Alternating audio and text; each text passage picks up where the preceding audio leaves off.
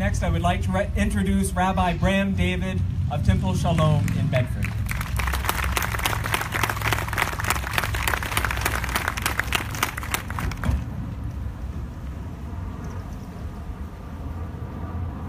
Today we come together in grief and despair. Today we come together in grief and despair over the horrific events in Charlottesville, including the brutal murder of Heather Heyer, may she rest in peace, along with the injuring of many in an act of domestic terrorism by white supremacists.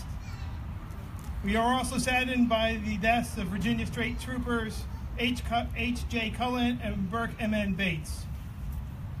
But we are not here just to mourn, to say more words and prayers. We are looking for a way to respond, to move forward, a way to fight hate, and a way to grow closer together. In the Jewish community, we have some Holocaust survivors still with us today. At Temple Shalom, we have children of survivors and many others who have lost family members during the Holocaust.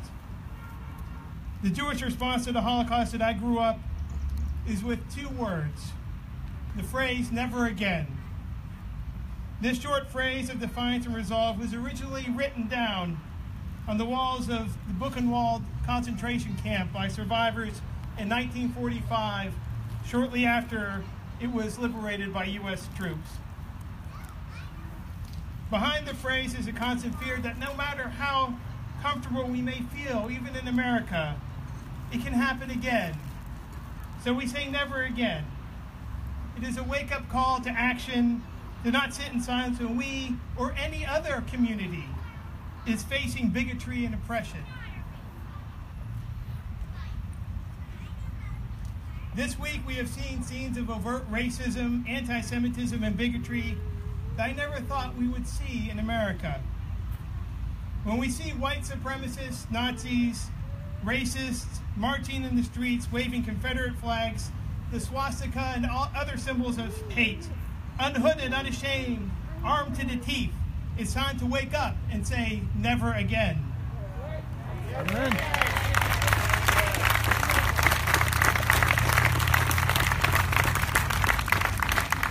When worshipers at the Beth Israel Synagogue were menaced by neo-Nazis with semi-automatic rifles, shouting Nazi slogans, blood and soil, and Sieg Heil, among others. Where the worshipers had to flee out the back door because the supremacists were threatening to burn down the synagogue, it's time to wake up and say never again. Never again. Here in our own backyard, the Boston Holocaust Memorial was vandalized for the second time in a week after 25 years of no such incidents. When we hear the sound of broken glass on our streets, it's time to wake up and say, never again. Never again.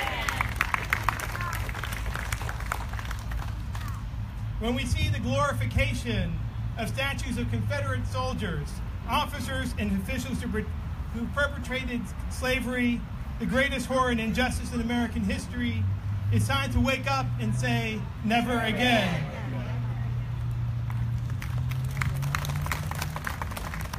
But how do we put never again into action? We start by increasing our love, respect, and understanding in our communities and our nation. This Sabbath, this Shabbat, on Saturday in synagogues around the world, we will be reading the 10th chapter of Deuteronomy. See, I put before you this day a choice between blessing and curse. The verb in Hebrew is re'eh, see.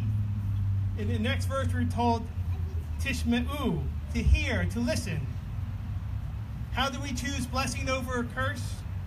First we must see, and then we must listen. We need to see our neighbors, to say, I see you.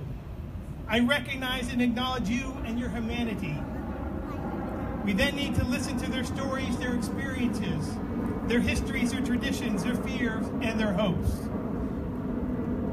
I would like to leave you with the sound of the shofar. It is a nonverbal call to action, repentance, justice, and healing. It is a sound meant to wake us up, spur us to action, bring us together, and to fear no evil in the difficult days and weeks ahead of us.